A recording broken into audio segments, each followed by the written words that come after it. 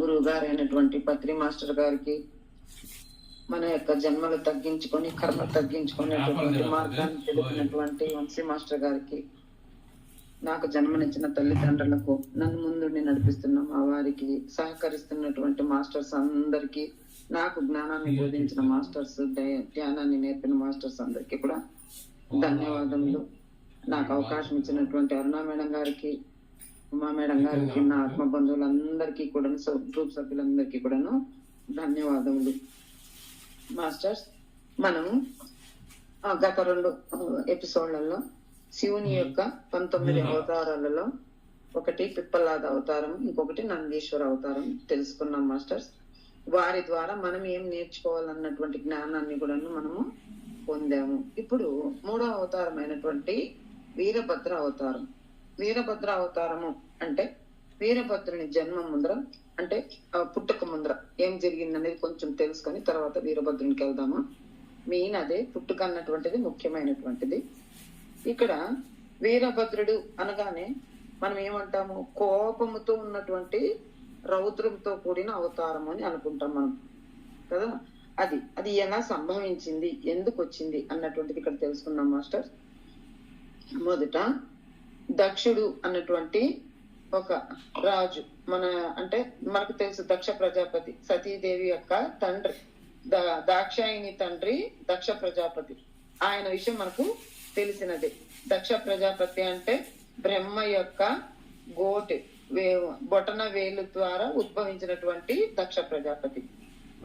అందరూ ప్రజాపతులు 10 మంది పుడతారు కదా, వాళ్ళల్లో ఈయన దక్ష ప్రజాపతి బొటన వేలులో ఉద్భవిస్తాడనమాట. దక్ష ప్రజాపతి అంటే ప్రజాపతి అనగానే మనకు అర్థమయ్యేది ఏంటి మాస్టర్స్, ప్రజలకు అధిపతి అన్నటువంటిది అర్థమవుతుంది. అధిపతి అనగా మనము ఎలా ఉండాలి, ప్రజాపతి అనగానే పేరులో ఉంది కదా, మనం ఎలా ఉండాలి, పతి అంటే ఏంటి, భారాన్ని మోసేటటువంటి వ్యక్తి అన్నటువంటిది మనకు తెలుసు. కనుక ఇక్కడ ఆయన అందరినీ సమానంగా చూస్తూ, అందరినీ ఒకటిగా చూస్తూ, అందరికీ ఒకే రకమైనటువంటి న్యాయాన్ని సమకూర్చాలి కదా. అది మనం నేర్చుకోవాలి ఇక్కడ. అది నేర్చుకోకుండా మనము ఊరికే నేను రాదు, నేను గొప్ప, నేను అని మనంతకు మనం అనుకుంటే అది ప్రయోజనం ఉండదు మాస్టర్స్. ఇలాంటిదే ఈ కథ అన్నమాట. దక్ష ప్రజాపతి బొటన వేలు, బ్రహ్మ యొక్క బొటన వేలు నుంచి ఉద్భవించాడు కనుక ఈయనకు, అంటే ఈయన చాలా మంది ఉన్నారు, అత్రి అలా చాలా మంది ఉన్నారు. వీళ్ళల్లో ఈయన ఒకడు. ఈయన వచ్చి తనకు 16 మంది కుమార్తెలు ఉంటారు. ఒక దాంట్లో 64 మంది అంటారు, ఎంతమంది అనేది ప్రశ్న అటువైపు పెట్టేసి కుమార్తెలు అందరూ ఉంటారు. అందులో కొంతమందికి ఒక్కొక్కళ్ళని, ఒకరికి చంద్రునికే కొంతమంది ఇవ్వడం అనేది ఇలాంటివి తెలుసుకున్నాం కదా మనం. ఇక్కడ ఆఖరి కుమార్తె చాలా ఇష్టమైనటువంటిది, దక్ష ప్రజాపతికి చాలా ఇష్టమైనటువంటి కుమార్తె సతీదేవి. ద్రాక్షాయిని, దక్షుని కుమార్తె కనుక ద్రాక్షాయిని అని పేరు పెట్టారనమాట. ఆవిడ లాస్ట్ కుమార్తె అనమాట. ఇందులో పైన ఉన్నటువంటి ఇంకొక కుమార్తెకు నరనారాయణ ఇద్దరు ఉద్భవిస్తారు. అంటే ఇక్కడ ఎందుకు చెప్పాల్సి వచ్చిందంటే, అందరికి, అంతమంది ఆడపిల్లలకు కూడాను సంతానం అనేటటువంటిది కలుగుతుంది. ఇక్కడ ద్రాక్షాయనికి మాత్రం పిల్లలు లేదు. ద్రాక్షాయిని ఇష్టపడి శివుణ్ణి పెళ్లి చేసుకుంటుంది. తండ్రికి ఇష్టం ఉండదు. అంటే ఇష్టం ఉండదు అంటే ఆయనకి ఏది లేదని, బూడిద పూసుకుంటాడని ఒక రకమైనటువంటి నిర్లక్ష్య భావనతో ఉంటాడు. ఆయనలో ఉన్నటువంటి శక్తిని గ్రహించలేదు, ఆయన ఎవరు అనేటటువంటి భావనను గ్రహించలేదన్నమాట. ఆయన శక్తిని గ్రహించకుండా, ఆయన ఎవరు అన్నటువంటిది గ్రహించకుండా ఆయనను ఎప్పుడు చులకనగా చూస్తూ ఉంటాడు. సరే మామూలే కదా అని ఆయన ఏమి పట్టించుకోడు. బ్రహ్మం కదా, ఏది ఆయనకు అవసరం ఉండదు, ఏది అనుకోరనమాట. కానీ ఇక్కడ ఒక కుమార్తెకు నరనారాయణుడు కూడా ఇద్దరు కూడా జన్మ తీసుకుంటారు. వాళ్ళే తపస్సు చేసి, బద్రీనాథ్లో తపస్సు చేసి యొక్క సహస్ర కవచుని కూడాను చంపడం అనేటటువంటిది, 999 కవచాలు తీసేయడం అనేటటువంటిది మనం తెలుసుకున్న విషయం. అయితే ఈమెకి ఎందుకు పిల్లలు కలగలేదు అన్నటువంటిది ఇక్కడ మనం తెలుసుకోవాలి. మిగతా పిల్లలందరూ వాళ్ళ భర్తలు వాళ్ళు అందరూ కూడాను భౌతికమైనటువంటి అంటే ఏంటి మనలాగే శరీరముతో ఉంటూ సంసారం అనేటటువంటి దాన్ని నెరవేర్చుకుంటూ నిర్వర్తించుకుంటూ వాళ్ళ జీవనం గడుపుతూ ఉంటారు. వాళ్ళేంటి నాది నేను అనే విధంగా ఉంటారు. అంతే కదా, పిల్లలు పుట్టారంటే ఆటోమేటిక్ గా కొంచానికి కొంచెమన్నా నాది అనే భావన వచ్చేస్తుంది అక్కడ. అలా కాకుండా శివుడు ఏం చేస్తాడు, శివుడు పార్వతి ఇద్దరు కూడాను, పార్వతి అనకూడదు సతీదేవి ఇద్దరు కూడాను ఆత్మస్వరూపంగా ఉంటారు, పరమాత్మ స్వరూపము కనుక వాళ్ళు ఏం చేస్తారంటే పిల్లలు వద్దని సంసారము లేకుండా అందరినీ ఒకే దృష్టితో మనమందరం ఆయన పిల్లలమే అంటాం కదా, తండ్రి పాప పరమేశ్వరుడు తల్లి పార్వతి అని మనం చెప్పుకుంటూ ఉంటాం కదా, అలా వాళ్ళు ఆ భావనతో ఉంటారు. మనకు పిల్లలకు అవసరం లేదు, వాళ్ళందరూ మన పిల్లలే, అందరినీ ఒకే రకంగా చూడాలి, చాలా ప్రశాంత చిత్తంగా ఉంటారు. మనకు తెలుసు కదా పరమేశ్వరుడు ఎలా ఉంటాడు అనేటటువంటిది. ఇక్కడ పరమేశ్వరుడు ఎంత శాంతమూర్తో అంత రౌద్రమూర్తి కూడా ఉంటాడు అనమాట. ఎందువల్ల అంటే ప్రతి దానికి మనలాగా చిన్నదానికి పెద్దదానికి కోపం చేసుకోడు మాస్టర్స్. ఏదైనా మనలను మంచి పద్ధతిలో నడిపించాల్సి వచ్చినప్పుడు మాత్రమే రౌద్ర రూపము ధరిస్తారనమాట. అలాంటి శాంతమూర్తి. సరే ఒకరోజు ఇలాగే అందరూ కలిసి ఈ దక్ష ప్రజాపతి ఏంటి ఈయనకు ఒక స్థానం ఇచ్చారు ఈయనకు, అందరినీ కూడాను కాపాడేటటువంటి అందరికి హెడ్ అనేటటువంటి స్థానం ఇచ్చారు ఈయనకు. ఈ స్థానం ఇవ్వడము అనేటటువంటి దాంట్లో ఆయన ఏమనుకుంటున్నాడు, నేను చాలా గొప్ప వ్యక్తిని, నేనే దీనికి అప్పుడుని, అందుకే నాకు ఇంత స్థానాన్ని ఏర్పాటు చేశారు, ఇంకా మిగతా వాళ్ళందరూ కూడా నాకంటే అదములు, నాకంటే తక్కువ వారు అనే భావన. సరే ఒక సభ ఏర్పాటైంది, సత్రయాగం జరుగుతుంది. సత్రయాగంలో అందరూ వచ్చి కూర్చున్నారు. పరమేశ్వర్ల వారు, విష్ణుమూర్తి, బ్రహ్మ, ఏ టు జెడ్ దేవతలు, తర్వాత అందరు గంధర్వులు, కిన్నరులు, కింపురుషులు అందరూ వచ్చారనమాట. చాలా మంది వచ్చి కూర్చున్నారు, అందరు కూర్చున్నారు.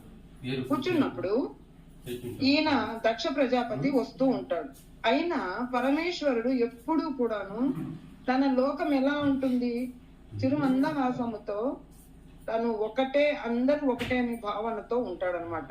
వాళ్ళు గొప్ప వీళ్ళు గొప్ప అని శరీర వాంఛతో ఉండరు, శారీరకమైన దృక్పథంతో ఉండరు, ఆత్మ దృక్పథంతో ఉంటారు. కాబట్టి ఎందుకంటే పూర్ణాత్మ ఆయన కదా మనందరికి, అలా ఉంటారు. అలా ఉన్నప్పుడు బ్రహ్మ విష్ణు అందరూ వచ్చి ఉన్నారు. సరే దక్ష ప్రజాపతి వస్తున్నాడు అంటే సభ ఏర్పాటు చేశారు, సత్రయాగం ఏర్పాటు చేశారు. అక్కడ కూర్చున్నారు. అక్కడ కూర్చున్నప్పుడు బ్రాహ్మణుడు అనమాట. అంటే బ్రాహ్మణుడు అంటే కులం ఇక్కడ నేను ఇండికేట్ చేస్తానని అనుకోకండి, బ్రహ్మతత్వము కలిగిన వాళ్ళందరూ కూడా బ్రాహ్మణులే. బ్రహ్మతత్వం అంటే ఏంటంటే అంత బ్రహ్మమే, అంత ఒకటే అనే భావన ఉన్నవాళ్ళు, ఫలాపేక్ష లేకుండా చేసేవాళ్ళు కదా, అలాంటి వాళ్ళు. కానీ ఆ మాటకు అర్థం కాకుండా ఆపోజిట్ గా ఉన్నాడు దక్ష ప్రజాపతి. అలా ఉండకుండా నేనే గొప్ప అనేటటువంటి ఒక అహంకార చిత్తంతో ఉంటాడనమాట. అలా ఉన్నప్పుడు ఏం జరుగుతుందంటే ఆ సత్రయాగంలో అందరూ మాట్లాడాలి అని అనుకున్నప్పుడు, దేని గురించిన సభ ఏర్పాటైంది మాట్లాడాలన్నప్పుడు వస్తాడు దక్ష ప్రజాపతి. దక్ష ప్రజాపతి వచ్చేటప్పుడు శివుడు లేయడు. సరే అందరూ లేచి అంటే రాజు వస్తున్నాడు అంటే అందరూ లేచి నిలబడుకుంటారు, అది మామూలుగా జరిగేటటువంటిది. కానీ ఈయన మనసులో తను శరీరము అనేటటువంటి భావనలో ఉండకూడదు అనేటటువంటి దాన్ని నిరూపించడము తెలపడం కొరకే ఇక్కడ చూపించాడు. దక్ష ప్రజాపతి గొప్ప వ్యక్తి కాదు కదా, బ్రహ్మ విష్ణువుల కంటే గొప్పవాడా కాదు కదా, అలా ఉండకూడదు అని నిరూపించడం కొరకే ఇక్కడ శివుడు ఇలాగే కూర్చున్నారన్నమాట. కోపం వచ్చింది. కోపం వచ్చేసి ఆయన్ని ఎలాగంటే అలాగే తిట్టేశాడు. దీర్ఘ సత్రయాగము అనేటటువంటి దానికి మాట్లాడేటప్పుడు జరుగుతుందన్నమాట. ఇక్కడ ఋత్వికులు ఆయన అంటే బ్రాహ్మణుడుగా ఉన్నాడు కాబట్టి ఋత్వికులు అంటే పూజ చేయించేవారు, యజ్ఞం చేయించేవాళ్ళు ఋత్వికులు అంటాం కదా. ఆయనే చేసుకుంటూ ఆయనే చెప్పుకుంటూ ఆయనే చేస్తాడు. యాగకర్త ఆయనే, బ్రహ్మ ఆయనే, ఋత్వికులు ఆయనే, సర్వము దక్ష ప్రజాపతి చేస్తూ ఉన్నాడు అనమాట. అలా చేస్తూ ఉంటే అదొక పెద్ద గొప్ప అనుకున్నాడు అనమాట. సరే గొప్ప అనుకున్నప్పుడు ఈశ్వరుడు ఎప్పుడైతే లేయలేదో ఈయనకు మర్యాద ఇవ్వలేదు అన్నటువంటి భావనతో ఆయనను ఎలాగంటే అలా అనేశారనమాట. ఎన్ని రకాలు అన్నారంటే, విభూది రాసుకునేవాడు, విభూది చెల్లుకునేవాడు, ఇల్లు లేనివాడు, ఏమీ తెలియనివాడు, సంతానం లేనివాడు, ఇలా అన్ని రకాలు విపరీతమైనటువంటి అనరాని మాటలు కూడాను అక్కడ శివునిని అనేస్తాడనమాట. అనగానే కోపం వస్తూ ఉంటుంది అందరికి. కానీ ఎవరు ఎదురు చెప్పరు. వాడిని చూస్తే వాడని కూడా దక్షుడిని చూస్తే అందరికీ భయం. అంటే అంతటి స్థితి ఉండేవాడు. కానీ ఇక్కడ జరగాల్సింది జరగాలి కనుక ఇక్కడ అలా మారిపోయాడు అనమాట. సరే, ఈ విధంగా జరుగుతున్నప్పుడు శివుణ్ణి ఎలాగంటే అలాగా అంటున్నప్పుడు నందికి కోపం వస్తుంది, భృంగికి కోపం వస్తుంది. నందికి కోపం వచ్చి శివుని నువ్వు ఎలాగంటే అలా అంటున్నావా అనేసి కోపపడతాడు. అక్కడ ఒక మాట అంటాడు దక్ష ప్రజాపతి. ఏమంటాడంటే, శివుని ఇంక మీదట ఎవరు యాగము చేసినా యజ్ఞము చేసినా శివుడు పిలవకూడదు, శివుడికి అర్హత లేదు, పెద్దలను గౌరవించే మర్యాద తెలియదు గనక. అంటే ఈయన ఆర్డర్ చేసేవాడు అనుకుంటున్నాడు, నేనే గొప్ప అనుకున్నాడు కాబట్టి చెప్తున్నాడు అనమాట. శివుడు లేకుండా యజ్ఞం చేయాలి, శివుని ఎవరు పిలవకూడదు ఇంకా అని చెప్పాడు. శివుడు లేని యజ్ఞం నిరీశ్వర యాగము నిష్ప్రయోజనం కదా, ప్రయోజనం లేకుండా పోతుంది కదా. నిరుపయోగము నిరుప్రయోజనం, ఎటువంటి దాని వల్ల ఫలితం ఉండదు. అలాంటిది జ్ఞానం లేకుండా దక్ష ప్రజాపతి ఆ మాట అనేస్తాడనమాట. అనగానే కోపం వచ్చేస్తుంది. ఈశ్వరుడు లేకుండా నువ్వు నీ అంతటి వాడ గొప్పవాడు, ఈశ్వరుడు అంతటి వాడు తక్కువైన అంటున్నావా, ఆయన లేకుండా నువ్వు యజ్ఞం చేసేది ఏంటి అని చెప్పి నంది తనను కూడా, ఇక నువ్వు ఈ యొక్క ఇంతవరకు నీ స్థితి ఎలా ఉండింది, దేవతల యొక్క స్థితిలో ఉండేవాడు నువ్వు.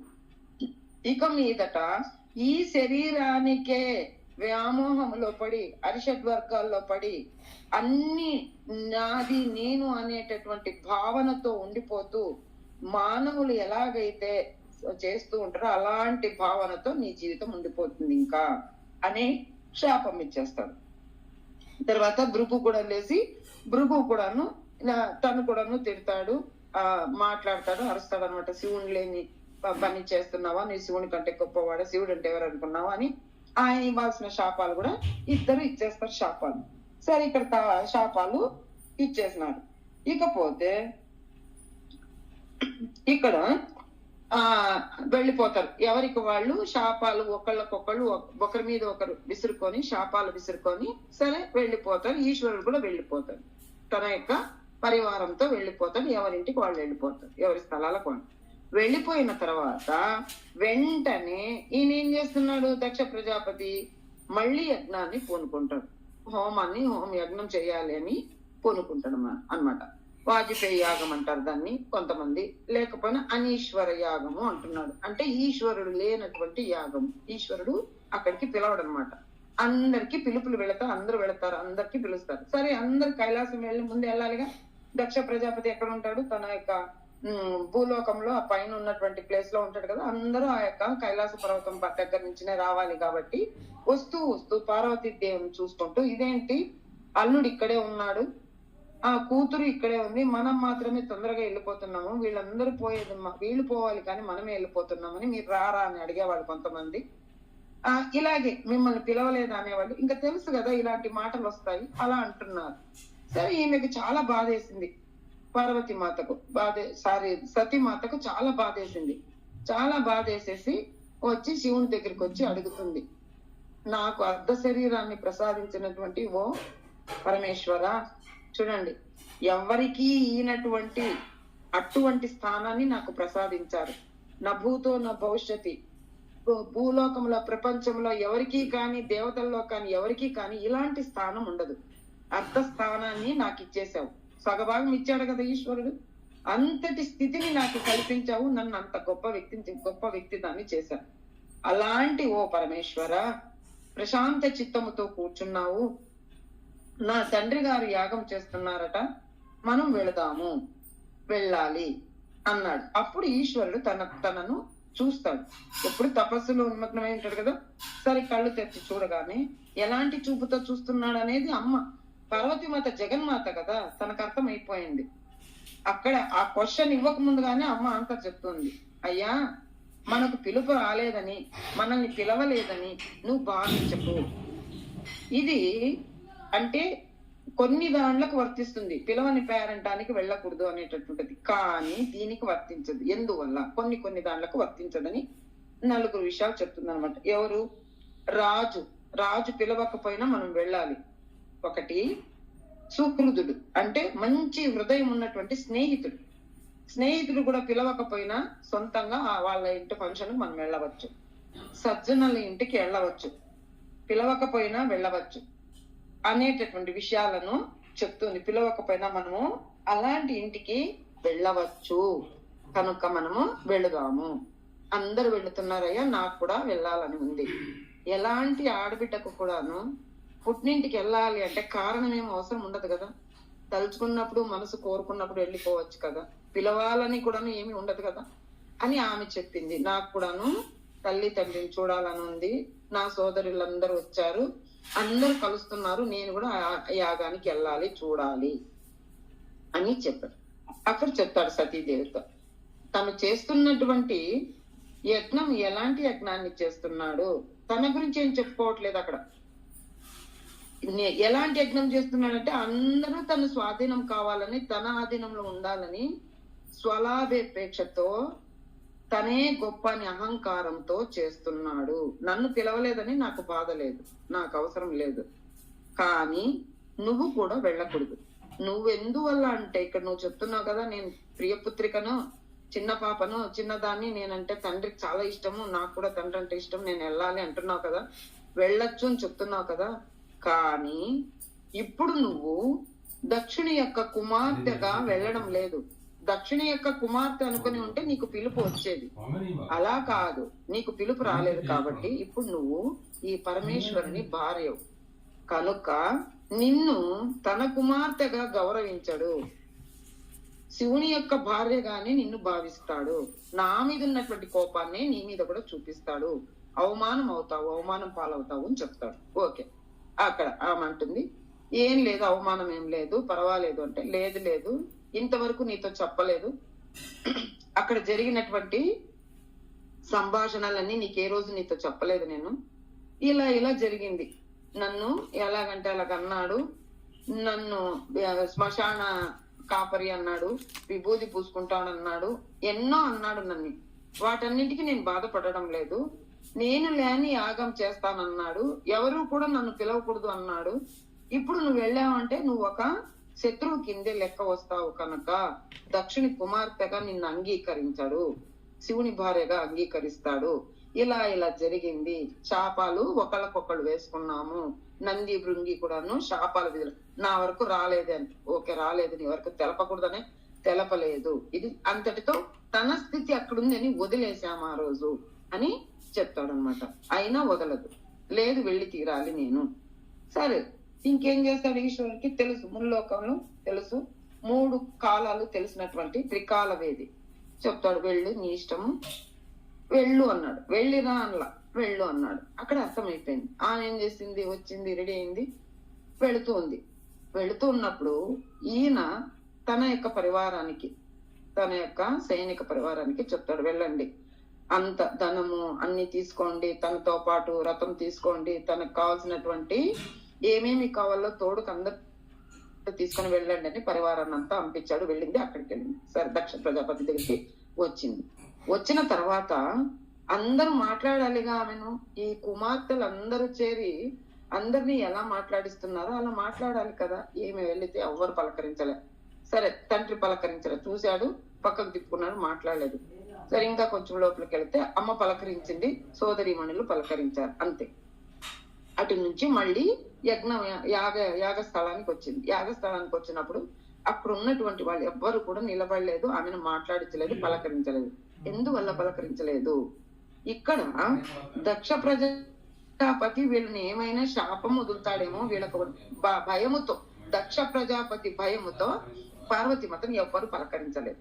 పలకరించకపోగా అక్కడ అందరికీ చెప్తుంది, చూడు, ఈ మాట అన్నావంట నా భర్తని, ఏమీ లేనివాడని, విభూతి పూసుకుంటాడని, నువ్వు లేని యాగం కావాలని, ఇలా ఇన్ని మాటలు, నానా మాటలు అన్నావట కదా. ఈ మాటలు అన్నావంటే నీకు అర్హత ఉందా? ఆయన అలా ఉన్నాడు అంటే అందులో ఉన్నటువంటి మర్మం ఏంటో నీకు తెలుసా? విభూతి పూసుకుంటున్నాడంటే దాంట్లో మర్మం నీకు తెలుసా? పలకరి బట్టలు శ్మశానంలో ఉన్నారంటే నీకు దాని యొక్క మర్మం తెలుసా? ఎందుకొరకు ఉన్నాడు అనేటటువంటి అంతరమైనటువంటి లోపల ఉన్నటువంటి భావనతో నువ్వు ఏ రోజు తనని చూడలేదు. తనని ఎప్పుడు కూడా అలాగే అవమానపరుస్తూ వచ్చావు. నీ గత ఇంతే అని మేము వదిలేసుకున్నాం. కానీ ఇప్పుడు అందరికీ ఆర్డర్ పెట్టావు కాబట్టి నువ్వు ఈశ్వరుడు లేకుండా యాగం చేయమని చెప్తున్నావట. దానికి ఫలితం అందుతుందా? అసలు ఆ యజ్ఞమే ఈశ్వరుడు. అలాంటిదే ఈశ్వరుడిదే యజ్ఞం అన్నప్పుడు ఈశ్వరుడే రాకపోతే దానికి ఎటువంటి ప్రయోజనం వస్తుంది అన్నటువంటి మాటలతో పార్వతీ మాత అంటుందన్నమాట. ఇలాగే మాట పెరిగేసి అక్కడ తనకు లేనటువంటి అవమానం జరిగినందువల్ల ఆమె ఏం చేస్తుంది, ఇది జరగడానికి వీలు లేదు, నీ యొక్క గర్వాన్ని అణచాలి, ప్రజలకు కూడాను మనం ఎలాంటి వాళ్ళము, ఈ యొక్క తోలు, ఈ యొక్క శరీరము అనేటటువంటి దాని మీద వ్యామోహముతో అతను గొప్పవాడని తనకు మర్యాద ఇవ్వాలి అనేటటువంటి విధంగా చూస్తున్నారే కానీ పరమేశ్వరుడు అంటే ఎంత అనేటటువంటి విషయాన్ని మీకు అందరికి తెలవాలని చెప్పి ఆమె ఏం చేస్తుంది, తన యొక్క వ్యాన ఉదాన అపాన వాయువులతో అన్నిటిని స్తంభింపచేసి నవరంధ్రాలు గుండా ఆ వాయువుని, అగ్నివాయువుని బయటికి వదులుకొని తనంతకు తాను ఆ యొక్క చితాగ్నిలో భస్మం అయిపోయి బూడిద కుప్పగా పడిపోతుంది. ఎక్కడ లేని కోపము నందికి భృంగికి అందరికి వచ్చి అక్కడ చాలా ఇదైపోతుంది అన్నమాట. రణరంగంగా మారిపోయి యుద్ధం జరుగుతుంది. ఇలాగే కొంతమందికి కళ్ళు పీకేస్తారు, కొంత భృగువుకి కళ్ళు పీకేస్తారు, తర్వాత ఇంకొకరికి పళ్ళు పీకేస్తారు. అన్ని పీకేసి గడ్డము కళ్ళు అన్ని చేసేసి అందరినీ ఎక్కడ వాళ్ళు అక్కడ తరిమి కొట్టేస్తారు అన్నమాట. సరే అందరూ పోయేసి భయపడుకుంటూ బ్రహ్మ దగ్గరికి వెళ్తారు.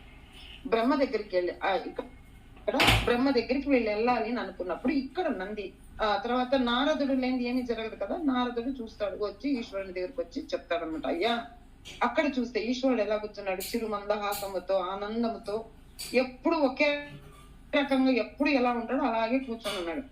అయ్యా నువ్వైతే నిశ్చల స్థితిలో కూర్చున్నావు, యోగంలో కూర్చున్నావు, నీవు ప్రశాంతమైనటువంటి చిరుమందహాసంతో కూర్చున్నావు. అక్కడ నీ భార్య అవమానముతో తన యొక్క ప్రాణాలను విడిచిపెట్టింది. ఇక సతీదేవి లేదు మనకు అనగానే అంటే ఆయనకు తెలియదాని కాదు, ఈ నారదుడు మనకు చెప్పడం అనమాట. అక్కడికి వచ్చే ఈశ్వరుడు ఏం చేస్తాడంటే లేసేసి వికట అట్టహాసం చేసేస్తాడు. ఆయన నవ్వుకే చిందరవందర అయిపోతుంది, ప్రళయము సంభవించినట్టుగా అయిపోతుంది అనమాట. అది ఒక రకమైనటువంటి చిరుమందాసం కాదు, వికట అట్టహాసం చేసేస్తాడు అనమాట. ఆ వికట అట్టహాసం చేస్తూ నాట్యం చేస్తూ తన యొక్క జటాజూటం నుండి ఒక జడను కిందికి పడేస్తాడు అనమాట. విసిర కొడతాడు, కోపంగా విసిర కొట్టగానే అందులో నుంచి వీరభద్రుడు ఉద్భవిస్తాడు అనమాట. వీరభద్రుడితో పాటు కాళికామాత కూడా ఉద్భవిస్తుంది అని కొన్ని దాంట్లో ఉంది మాస్టర్స్. ఓకే, ఎలాగైతేనేంటి ఒక్కటే పరమేశ్వరుడు ఒక్కటే శక్తి కాదు కదా, ఎప్పుడు ప్రకృతి పురుషులు ఇద్దరు కలిస్తేనే కదా అది శక్తి పూర్తి అవుతుంది. అందువల్ల ఇక్కడ ఎక్కడైతే ఉద్భవించినాడో ఆయన వెళ్తాడు. ఆయన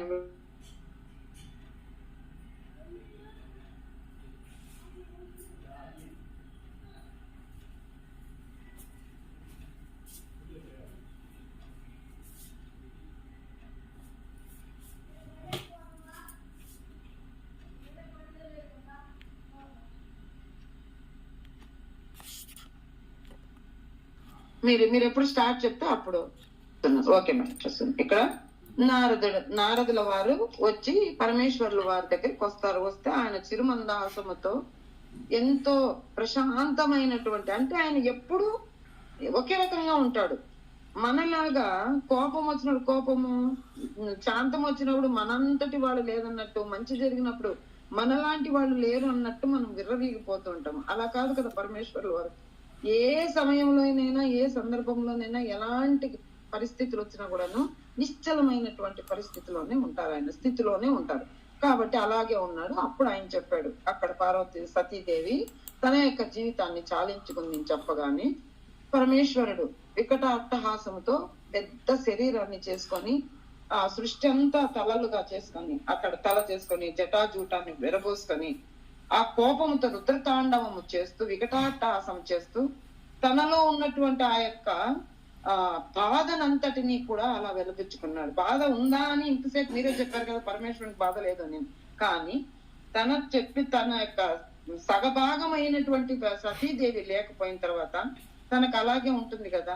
అలాంటప్పుడు ఆమె అంటే పూర్ణము అన్నటువంటిది లేదు ఇక్కడ, పూర్ణత్వం అన్నది ఉండదు కాబట్టి ఇంకా ఆయనకు ఆ బాధ అనేటటువంటిది కలిగి వికటాటాసం చేస్తూ తన యొక్క జటాజూటం నుండి ఒక జడను కిందికి వదులుతాడు. ఒక వెంట్రుక అంటాం మన భాషలో అయితే, కానీ తన జడలు కట్టుకొని ఉంటుంది కాబట్టి ఒక దాన్ని కిందికి కోపంతో విసురుతాడు అనమాట, భూమి మీదకి.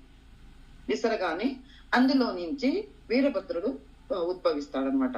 ఎన్ని 10 చేతులతో 10 భుజాలతో రౌద్ర రూపముతో నల్లటి ముఖముతో ఎర్రటి అగ్ని చిమ్ముతున్నటువంటి కళ్ళతో నాలుక బయట పెట్టుకొని విపరీతమైనటువంటి కోపాగ్ని రగులుతున్నప్పుడు ఎలా ఉంటుందో అంతటి జ్వాలలు వెదజల్లుకుంటూ చేతిలో కూడాను జ్వాలా పాత్రను పట్టుకొని అసలు ఎంత కోపంగా వస్తున్నాడంటే అంతటి కోపంగా శకలు కక్కుతూ ఆ వేడిని బయటికి వదులుతూ వీరభద్రుడు ఉద్భవిస్తాడనమాట.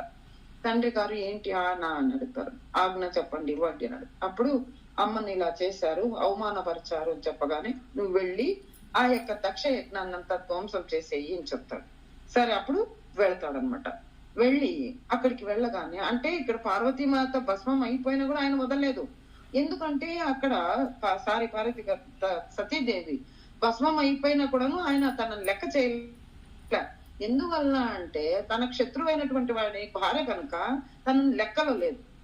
అశుచి కదా, ఒకరి మరణం అక్కడ జరిగింది అంటే, అశుభం జరిగిందంటే, మంగళకరమైనటువంటి ఈశ్వరుడే లేడు అంటే ఇక అక్కడ మంగళకరం అనేటటువంటి ఎలా జరుగుతుంది? నువ్వు యజ్ఞం చేసినా వేస్ట్ కదా. అది అలాగే చేస్తున్నాడు అనమాట. అది అహంకారంతో అలాగే చేస్తూ ఉంటాడు. ఎవరు నాకు అడ్డు వేపేవాళ్ళని అక్కడ కూడా ఎవరు కూడా అడ్డు చెప్పకుండా అందరూ మౌనంగానే చూస్తూ ఉంటారన్నమాట. ఆ యజ్ఞశాల యాగాన్ని చూస్తున్నప్పుడు వీరభద్రుడు ఆ సైన్యాన్ని తీసుకొని వస్తూ ఉంటే ఆయన నడకలోనే ఆయన కాల్లో ఉన్నటువంటి ఆ మంజీరాలు, ఆ యొక్క గజ్జలు, కింకెరలు, ఆ సౌండ్ జల్ అని కురిపిస్తున్నటువంటి సౌండ్ మారు మోగుతుంటే ఆ యొక్క సృష్టి అంతా అల్లకల్లోలం అవుతున్నట్టుగా అనిపిస్తుందంట. ఈశ్వరుడు తాండవం అన్నప్పుడే జరిగింది. కానీ అక్కడ దక్ష ప్రజాపతి కానీ ఈ యొక్క యజ్ఞానికి ఇంకొక విషయం మర్చిపోయినాం మాస్టర్స్, మనము బ్రహ్మ కానీ విష్ణువు కానీ రాలేదు. ఇంకా మిగతా వాళ్ళందరూ వచ్చారు, వాళ్ళిద్దరు మాత్రం రాలేదు. ఎందువల్ల రాలే అంటే ఈశ్వరుడు విష్ణువు బ్రహ్మ ముగ్గురు ఒకటే కాబట్టి రాలేదనమాట.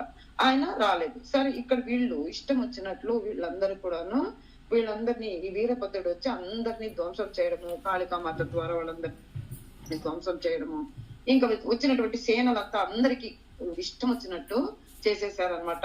అంతకు ముందే పళ్ళు పీకేయడం అన్ని చేసేసారు కదా. ఇక చిల్లా పల్లపై రక్తం అయిపోయింది. ఇక్కడ దక్షుణ్ణి లేపాలి. ఫస్ట్ అందరు వెళ్ళిపోతే ఒకే ఈయన కూర్చున్నాడు ఇంకా ఆయన్ని చంపాలి, దక్షుణ్ణి చంపాలి. అప్పుడే యజ్ఞం ఆగిపోతుంది.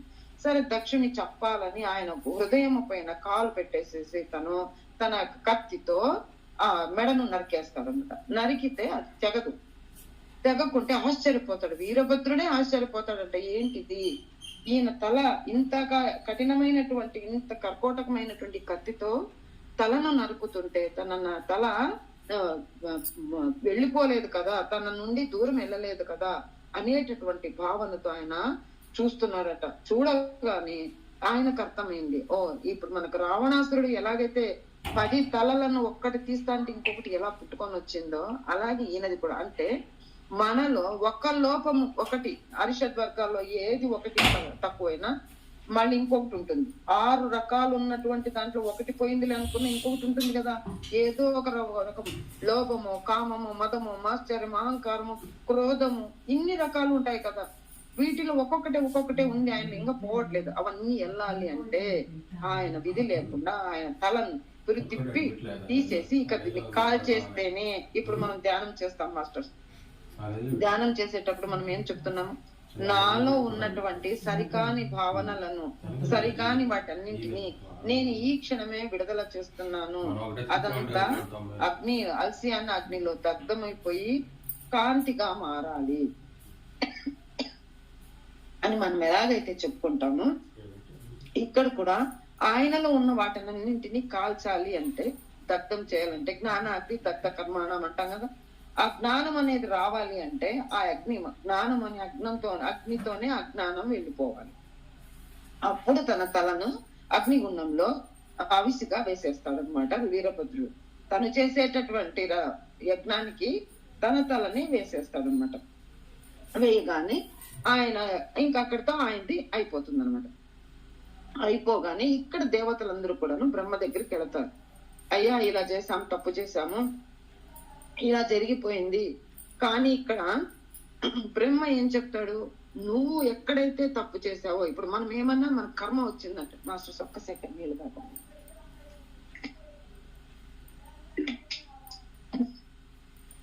ఏం చెప్తారు, నీకేదైనా సమస్య వచ్చిందంటే ఆ సమస్య ఎందుకు వచ్చింది, దేని కారణం వచ్చింది, మూలాల్లోకి వెళ్ళి వెతుకు అని చెప్పారు కదా. అలాగే బ్రహ్మ అడిగారు, ఇది జరగాలి అంటే దీనికి కారణం ఏంటి అంటే చెప్పారు వాళ్ళందరూ. అయ్యా తెలుసుకున్నాము, మా తప్పును మేము తెలుసుకున్నాము, మా తప్పు వల్లనే జరిగింది ఇది అని చెప్పేసి చెప్తావని.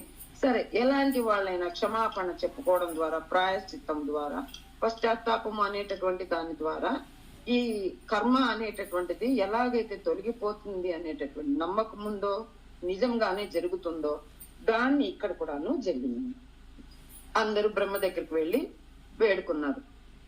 వేడుకోగానే నేను చేయలేను నాయన, ఎవరి ద్వారా జరిగిందో వాళ్ళ దగ్గరికి వెళ్ళాలని అందరూ కూడా ఈశ్వరుని దగ్గరికి వస్తారు. ఈశ్వరుడు ఎలా ఉన్నాడు, మౌనం వ్యాఖ్యాయ అంటే మౌనంలో ఉండిపోయి చుట్టూరా సనక సనందనాథులు, సిద్ధులు, కిన్నెలు, కింపురుషులు ప్రతి ఒక్కరు కూడా సాధు సంతులంతా కూడా ఆయన చుట్టూరా కూర్చొని అందరి కళ్ళు మూసుకొని ధ్యాన నిమగ్నంలో ఉన్నారు. ఇక్కడ చూస్తే ఇంత రౌద్రంగా ప్రళయం జరుగుతోంది అంటే అక్కడితో అయిపోయింది. పంపించేశాడు, వీరభద్రుని పంపించేశాడు. వీరభద్రుడు చేయాల్సిందంతా చేశాడు. ఎక్కడైతే మన మదమాశ్చర్యాలు ఉన్నాయో వాటన్నిటినీ కూడా అణగదొక్కేశాడు. అది మనం నేర్చుకోవాలి మాస్టర్స్. వీరభద్రుని ద్వారా మనం ఏం నేర్చుకోవాలి అంటే చెడు అన్నటువంటి దాన్ని నరకడం నేర్చుకోవాలి మనం దాన్ని. అండ్ ఇది చేస్తూ పరమేశ్వరుడు ప్రశాంతంగా కూర్చున్నాడు. చుట్టూరా సాధు సంతులంతా కూర్చున్నారు. కూర్చోగానే వీళ్ళు వెళ్ళి అడగగానే ఇక్కడ ఏం జరిగింది, ఈశ్వరుడు సంతోషంగా లేచి ఎందుకు వచ్చారు ఏంటి అని అడిగాడు. అయ్యా తెలియకున్నట్టు ఏంటిదని చెప్పండి అన్నారు. సరే ఇలా అలా జరిగిందంటే ఎవరెవరికి కళ్ళు పోయిన భృగుకు కళ్ళు ఇచ్చాడు, తర్వాత దంతాలు పోయినటువంటి వానికి దంతాలు ఇచ్చారు, కాళ్ళు చేతులు ఎదిగిన వాళ్ళ కాళ్ళు చేతులు, అంటే ఎవరెవరు ఏదేది పోగొట్టుకున్నారో వాళ్ళందరికీ కూడా దాన్ని ప్రసాదించాడు ఈశ్వరుడు. అన్ని ఇచ్చేశాడు. ఇచ్చిన తర్వాత ఒక్కసారి ఇక్కడ చూడండి, ఒక్కటి మనం గమనించాలి మాస్టర్స్, మనం ఏదైనా మంచి పని అనుకున్నామా ఆ పని అన్నటువంటి దాన్ని ఆపకూడదు, కంటిన్యూ చెయ్యాలి. ఎన్ని విఘ్నాలు వచ్చినా కూడాను వాటిని తట్టుకొని ముందుకు నడవాలి అనేటటువంటి విషయాన్ని ఇక్కడ చెప్తాడంట ఈశ్వరుడు. అందువల్ల యజ్ఞం పూర్తి చేయండి. మరి యజ్ఞ కర్తే లేడు కదా, దక్ష ప్రజాపతికి తలే లేదు కదా, ఆయన ఎలా యజ్ఞం చేస్తాడంటే మేక తల తెచ్చి పెట్టమని చెప్పి ఆ యొక్క దక్షునికి మేక తల పెడతారనమాట. మేక తలతో తను యజ్ఞం చేస్తాడనమాట. అనుకున్నటువంటి యజ్ఞాన్ని పూర్తి చేయించి ఆ చేయాల్సినటువంటి కార్యక్రమంలో ఏమేమి మంచి జరగాలో అన్ని జరిగే విధంగా ఎవరెవరు ఏదేది పోగొట్టుకున్నారో వాటన్నిటినీ కూడాను ప్రసాదించాడు పరమేశ్వరుడు. అంతటి ప్రశాంతమూర్తి, ఎంత రౌద్రమూర్తో అంత ప్రశాంతమూర్తి, ఎంత ప్రశాంతమూర్తో అంత రౌద్రమూర్తి. ఇక్కడ వీరభద్రుణ్ణి పంపించినాడు అంటే అక్కడ అందులో నుండి ఆయనలో నుండి ఆ రౌద్రం అనేది రూపంలో అక్కడ వెళ్ళిపోయింది. ఇక తను చేయాల్సినటువంటి పని ఇప్పుడు మనం ఏమిటి, మనకి ఏదైనా ఒక సమస్య వచ్చింది అని చెప్తే ఆ సమస్యనే పట్టుకొని వేలాడకూడదు. ఉంది అది, దాన్ని టైం వచ్చినప్పుడు కాలం వచ్చినప్పుడు ఆ జ్ఞానం ద్వారా మనం దాన్ని సరి చేసుకున్నాం. అంతేకాని ఇక్కడ పిల్లల మీద అర్చుకొని, భర్త మీద అర్చుకొని, పక్క వాళ్ళ మీద అర్చుకొని నీ వల్లనే ఇది జరిగింది అని పోట్లాడుకుంటూ మాటలు విసురుకుంటూ ఉంటే ప్రయోజనం ఏముంటుంది మాస్టర్స్? ఉండదు కదా. అలాగే ఇక్కడ ఒక జ్ఞానాన్ని విసిరేసినాడు. ఆ జ్ఞానం ఏంటి, వీరభద్రుని రూపంలో వెళ్ళిపోయింది. అక్కడ చేయాల్సినటువంటి కార్యాలు, ఏ సమస్య అయితే ఉందో ఆ సమస్య పరిష్కారము, ఆ సమస్యను సరి చేయాల్సినటువంటి పని టైం వచ్చింది, జరిగిపోయింది. ఇక్కడ మనం ఎలా ఉండాలి, మళ్ళా మనం ప్రశాంతంగా ఉంటూ ఏమి పోగొట్టుకున్నామో ఎందుకు పోగొట్టుకున్నామో తెలుసుకొని, జ్ఞానాన్ని తెలుసుకొని మన జీవితాలను ముందుకు మంచిగా నడుచుకోవడానికి మనకు అవకాశాన్ని ప్రసాదించాడనమాట పరమేశ్వరుల వారు. ఇలా వాళ్ళకి కావాల్సింది ఇచ్చేసి ఆయన ప్రశాంతంగా మళ్ళీ జ్ఞానాన్ని బోధిస్తూనే ఉన్నాడు ఈశ్వరుడు. ఇది మనం ఇక్కడ నేర్చుకోవాలి మాస్టర్స్. వీరభద్రుడి నుంచి ఏం నేర్చుకోవాలి మనం అంటే, పరమేశ్వరుడు చేయాల్సినటువంటి సమయంలో అక్కడ ఫస్ట్ దక్ష ప్రజాపతి ఏదేదో అన్నాడు, అక్కడ కూడా ఏమీ మాట్లాడలే, ప్రశాంతంగా ఉండి వచ్చేసాడు. చేయాల్సింది నంది భృంగి శాపాలు ఇచ్చేశాడు, కానీ అక్కడ ప్రశాంతంగా ఉన్నాడు. కానీ అన్ని విషయాలు ఇంట్లో వాళ్ళకు చెప్పకూడదు, ఇంట్లో వాళ్ళకే కాదు పక్క వాళ్ళకు చెప్పకూడదు అన్న విషయాన్ని మనకు అక్కడ పార్వతీ మాతకి ఏ విషయమో చెప్పలే. సమయం వచ్చినప్పుడు, సందర్భం వచ్చినప్పుడు అని ఆయన్ని శత్రువుగా భావించకుండా అక్కడ జరిగినటువంటి విషయాన్ని మాత్రమే చెప్పాడు పార్వతీ మాతకు. అంతేగాని మీ నాన్న అలా అన్నాడు, ఇలా అన్నాడు, పనికి మాలన్నాడు మీ నాన్నని ఆయన మామగారిని ఆయన తిట్టలే, ఆయనకి ఇవ్వాల్సిన గౌరవాన్ని ఆయనకి ఇచ్చాడు. కానీ ఇక్కడ ఏం చెప్తున్నాడు, దుష్టులకు దూరంగా ఉండమన్నాడు, మనకు అలవి కాని చోట ముందు పడకూడదు అని చెప్పాడు. అంటే మనకి సరికాని చోట మనం వెళ్ళకూడదు, వద్దు, మనమే దూరంగా ఉండాలి అక్కడ, అందుకు వెళ్ళకు నువ్వు పార్వతి అన్నాడు. ఈ గలాటాన్ని మనలాంటి వాళ్ళకి జరిగి ఉండింటే అక్కడే యుద్ధం చేసి నీలాంటి వాడు నువ్వెవడు నేను అని మాట్లాడుకునేవాళ్ళం.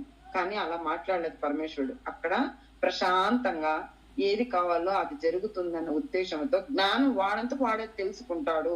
సమయం వచ్చినప్పుడు జ్ఞానం అవుతుంది. అందుకే ఎవరు అందరు ధ్యానంలోకి రాలేదేంటి, మనం ఎంతమంది చెప్పినా రాలేదేమి మనం అనుకుంటాం. సమయం వచ్చినప్పుడు వాళ్లే వస్తారు. దానికి కూడా ఒక కాలం అనేటటువంటిది ఉంటుంది అక్కడ నేర్పించాడు. పార్వతీ మాత కూడాను చెప్పింది, పార్వతీ మాత కూడాను అక్కడ జ్ఞానాన్ని ఇచ్చింది. కొంతమంది ఇళ్ళకి వెళ్ళొచ్చు, పిలిచకపోయినా తప్పు లేదు అనేది, వెళ్ళొచ్చు తప్పు లేదు, కానీ వాళ్ళల్లో కూడా అదే భావన ఉంటే నువ్వు వెళ్ళు పార్వతి లేదని చెప్పట్లేదు. ఇక్కడ వాళ్ళలో ఆ భావన లేదు, నిన్ను అక్కడ కూతురుగా చూడడు, ఈశ్వరుని భార్యగా చూస్తాడు కాబట్టి నువ్వు వెళ్ళకు అని చెప్పేది అనమాట. అంటే మనకిష్టం లేని, మనము అంటే ఇష్టం లేని వాళ్ళ దగ్గర మనం వెళ్ళకూడదు అన్నటువంటిది అక్కడ నేర్పించాడు. కానీ చెడు సవాసం చేయకూడదు, సజ్జనుల సవాసం చేయమని ఇక్కడ చెప్పాడు. ఇక చేయాల్సినటువంటి మర్యాదనంతా ఇచ్చంపించాడు. భార్య కూడాను అన్ని విధాలా కూడా ఆమెకు కావాల్సిన కూడా ఇచ్చంపించాడు అక్కడ భార్య కూడా. కానీ తాను తెలుసుకుంది, తనకు తెలుసు ఎందువల్ల వెళ్ళింది ఆమె అక్కడ. ఈ గర్వం అనేటటువంటిది ఈ తానొక్కడికి మనం అలసిచ్చి చేసుకోమని చెప్పామంటే అందరూ అలాగే తయారైపోతారు. ఇక నువ్వెవడి గొప్ప నేనేమిటి గొప్ప అనేటటువంటి భావనలు వచ్చేస్తాయి. ఆ విధంగా రాకుండా అందరూ ఒకటే ఏకత్వంలోకి రావాలి అనేటటువంటి భావన తెలపాలని అక్కడ అమ్మ ఆ విధంగా చేయాల్సి వచ్చింది మాస్టర్స్.